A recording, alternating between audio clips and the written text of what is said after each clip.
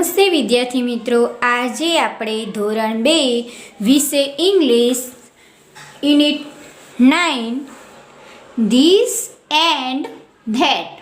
This એટલે આ, and એટલે અને ને ધેટ એટલે પેલું. હવે ધીસ એન્ડ ધેટ બંને શબ્દોને જોડવા માટે આપણે એન્ડ વપરાય છે ને, એટલે આગળના લેસનમાં આપણે જોઈ ગયા એન્ડ ક્યારે વપરાય કે કોઈ પણ બે શબ્દોને જોડવા માટે.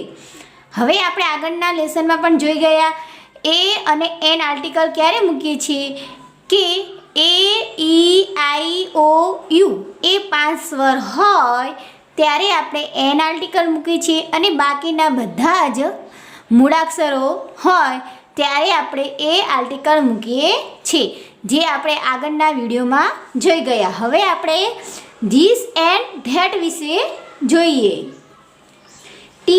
THIS ધીસ એટલે કે આ. હવે ધીસ ક્યારે વપરાય છે કે નજીકની વસ્તુ દર્શાવવા ધીસ વપરાય છે. THAT ધેટ એટલે કે પેલું, પેલું કે તે દૂરની વસ્તુ દર્શાવવા વપરાય છે. બંને શબ્દો એક વચનમાં જ વપરાય છે. ધીસ અને ધેટ બંને શબ્દો ક્યારે વપરાય છે? એક વચનમાં જ વપરાય છે. ઇજ એટલે કે છે, આ ક્રિયાપદ છે.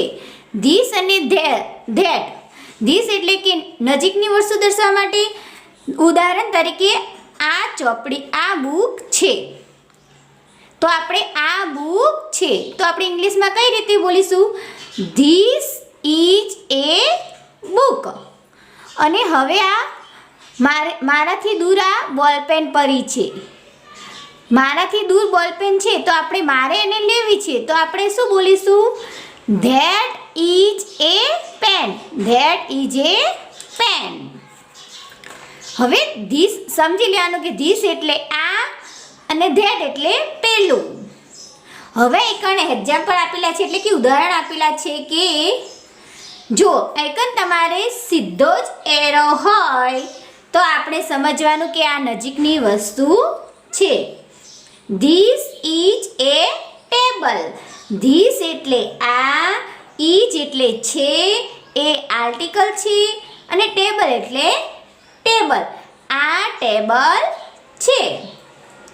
હવે એકણ આપણને ત્યાં ત્રાસો એરો આપેલો છે. તે ત્રાસો એરો હોય તો દૂરની વસ્તુ છે એવું સમજવાનું. દૂરની વસ્તુ માટે આપણે શું વપરાઈશું? That. That is a chair. That એટલે પેલું, ઇઝ એટલે છે, એ આર્ટિકલ, ચેર એટલે કે ખુરશી, પેલી ખુરશી છે. હવે એક સીધો જ એરો છે તો શું વપરાશે? This is a cap. આ છે ટોપી. એમ પણ બોલાય અને એમ પણ બોલાય કે આ ટોપી છે. હવે ત્રાસો આરો છે, ત્રાસો એરો છે, તો એના માટે આપણે શું વાપરશું? સમજવાનું કે આ દૂરની વસ્તુ છે તો એક આપણે બોલીશું ધેટ ઇઝ એન અમ્બ્રેલા. હવે એક એન આર્ટિકલ આવ્યો, કારણ કે અમ્બ્રેલામાં પહેલો મૂળાક્ષર સ્વર છે, તો એક આપણે એન આર્ટિકલ મૂકેલો છે. ધેટ એટલે કે પેલી છત્રી છે. હવે સીધો એરો છે તો આપણે સમજવાનું કે this is A x. This એટલે આ, ઇઝ એટલે છે, એન આર્ટિકલ, એક્સ એટલે કુહાડી, આ કુહાડી છે. એક ઝાડનું ચિત્ર છે, જો ત્રાસો એરો આપેલો છે તો આપણે સમજવાનું કે દૂરની વસ્તુ છે તો આપણે દૂરની વસ્તુ માટે મૂકીશું that is A tree. That એટલે કે પેલું ઝાડ છે. આપણે સમજી લેવાનું કે સીધો એરો હોય તો નજીકની વસ્તુ અને ત્રાસો એરો હોય તો દૂરની વસ્તુ. નજીકના વસ્તુ માટે આપણે ધીસ વાપરીશું અને દૂરની વસ્તુ માટે આપણે ધેટ વાપરીશું. હવે આગળ આપણે ફન ટાઈમ જોઈએ.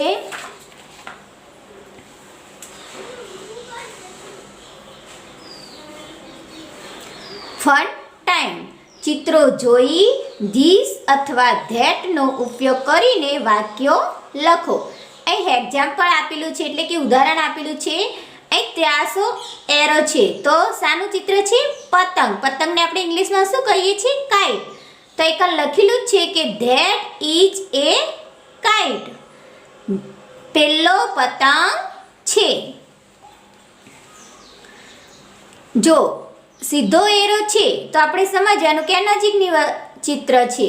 આ શાનું ચિત્ર છે? શિયાળ. શિયાળને ઇંગ્લિશમાં આપણે શું કહીએ છીએ? ફોક્સ. શિયાળને ઇંગ્લિશમાં આપણે શું કહીએ છીએ? ફોક્સ. તો આપણે એક લખવાનું this is a fox. This એટલે આ, ઇઝ એટલે છે, એ આર્ટિકલ, ફોક્સ એટલે શિયાળ. આ શિયાળ છે.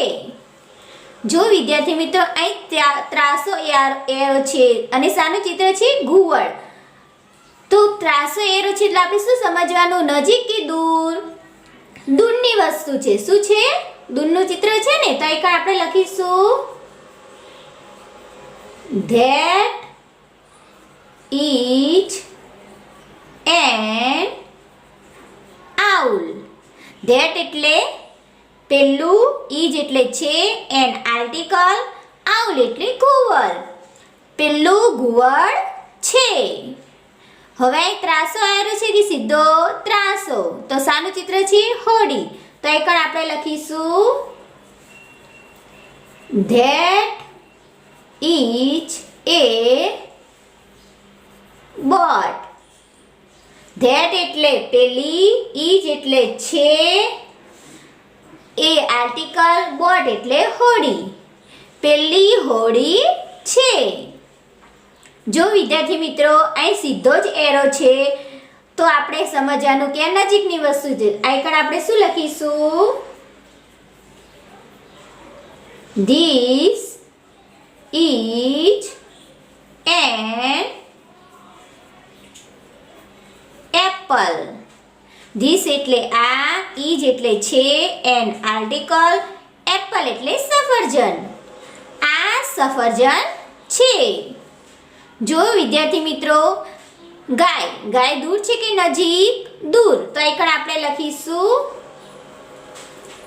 That is A cow. That એટલે પેલી, ઇઝ એટલે છે, એ આર્ટિકલ, કાઉ એટલે ગાય.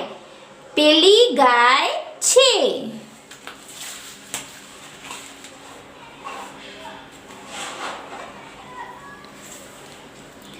જો વિદ્યાર્થી મિત્રો આ 300 એરો છે તો એક આપણે લખીશું that is an x. That એટલે પેલી, ઇઝ એટલે છે, એન આર્ટિકલ, એક્સ એટલે કુહાડી. પેલી કુહાડી છે. હવે એક સીધો એરો એટલે આ નજીકની વસ્તુ. નજીકની વસ્તુ માટે આપણે શું લખીએ છીએ? This. This is a hen. આ મરઘી છે. અહીં 300 આરો છે તો આપણે શું લખીશું? That is a bus. That એટલે પેલી, is એટલે છે, એ આર્ટિકલ, બસ એટલે બસ. પેલી બસ છે. આઈકન આપણને સીધો જ એરો આપેલો છે તો આપણે લખવાનું ધીસ. ધીસ એટલે કે આ, ઇઝ એટલે છે, એ આર્ટિકલ, એન આર્ટિકલ આવશે અને ઈગ એટલે કે ઈંડું. પેલું ઈંડું છે. આઈકન 300 એરો આપેલો છે તો આઈકન લખીશું આપણે ધેટ is a cat. પેલી બિલાડી છે. હવે શાનું ચિત્ર છે? બોલ પેન. કેવો સીધો એરો છે ને તો આપણે સીધા એરા માટે શું લખીશું? ધીસ એટલે કે આ, ઇઝ એટલે છે, એ આર્ટિકલ અને પેન એટલે કે પેન. આ પેન છે.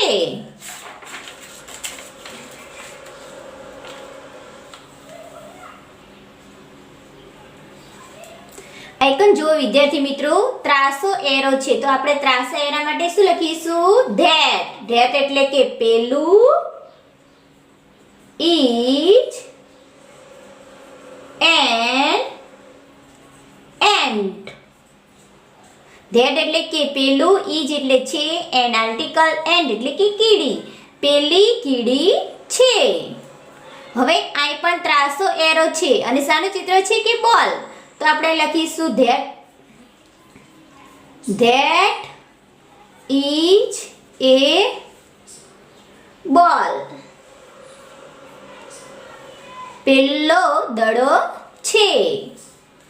આ સીધો એરો છે ને તો એના માટે લખીશું આપણે this is a tap. this એટલે કે આ, is એટલે છે, એ આર્ટિકલ, ટેપ એટલે નળ. આ નળ છે. અહીં પણ આપણે ટોપીનું ચિત્ર આપેલું છે. નજીક છે કે દૂર? દૂર. દૂર માટે આપણે શું લખીશું?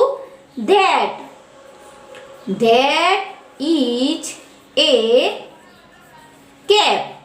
પેલી ટોપી છે. this ક્યારે વપરાય કે નજીકની વસ્તુ માટે, અને this એટલે કે નજીકની વસ્તુ હોય એના માટે this વાપરીએ છીએ. અને that ક્યારે વપરાય કે કોઈ પણ વસ્તુ દૂર હોય એના માટે that વપરાય છે. ઈ જે ક્રિયાપદ છે.